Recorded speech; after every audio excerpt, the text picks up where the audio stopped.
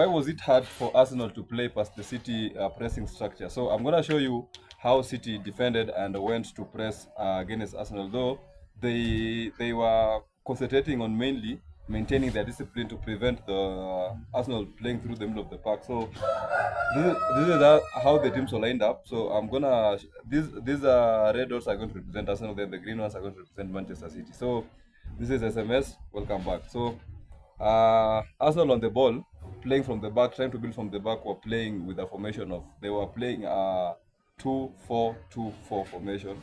So they had their two centre backs trying to stretch wide. Then these two of their full backs trying to maintain a higher line position. Then City were pressing with a 4-4-2 formation. Yeah, it was a 4-2-4 formation for Manchester City. So having these four players on the midfield, you can see there's an overload of four versus two players. So then this was Arsenal's structure on the ball, trying to build from the back. Then City. So definitely there's an overload here for Manchester City in this area. You can see there's an overload in this area. These two players, it will be very hard for you to play a long ball and target these two players.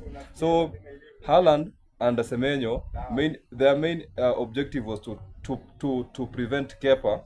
So if this was the ball, their main objective was to prevent Kepa from playing these passes, yeah, from playing these kind of passes to open these channels in the middle of the park. So then Doku and Ranchaki were to make these curving runs. So when they make these curving runs, and let's say Saliba is on the ball, it will be very hard for him to try and pick Ben White, or maybe try and pick in Kapie if the ball's on this other side. So that was hard for Arsenal, and then City were not entirely coming to press the goalkeeper. They maintained even though Kepa was trying to bait the press. Kepa was trying to bait the City's press, but they maintained their discipline. So we saw Kepa wasting a lot of time with the ball on his feet, trying to bait City's press for them to come and press, for at least to allow these channels to open up. But City were very, very disciplined off the ball. So it was very hard for Mikel Arteta.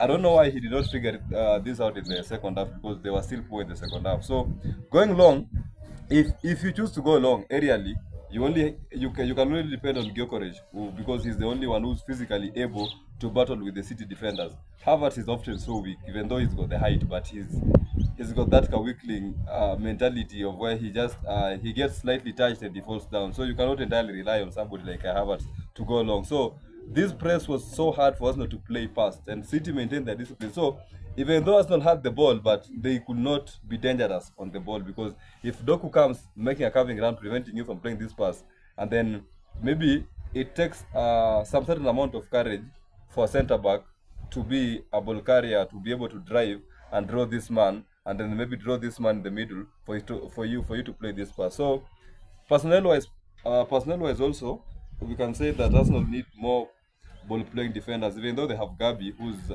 very, very good defensively, but on the ball, he's not entirely a ball carrier like William Saliba. William Saliba sometimes does that, but uh, I think he's only confident when Raya is on the post, but he wasn't confident with Kepa, so he could not try to do such things against Manchester City. So this was City defending against Arsenal. It was a good masterpiece from Pep Guardiola, showing how good he still is with his pressing system, even though City are not at their best. This is SMS. Subscribe.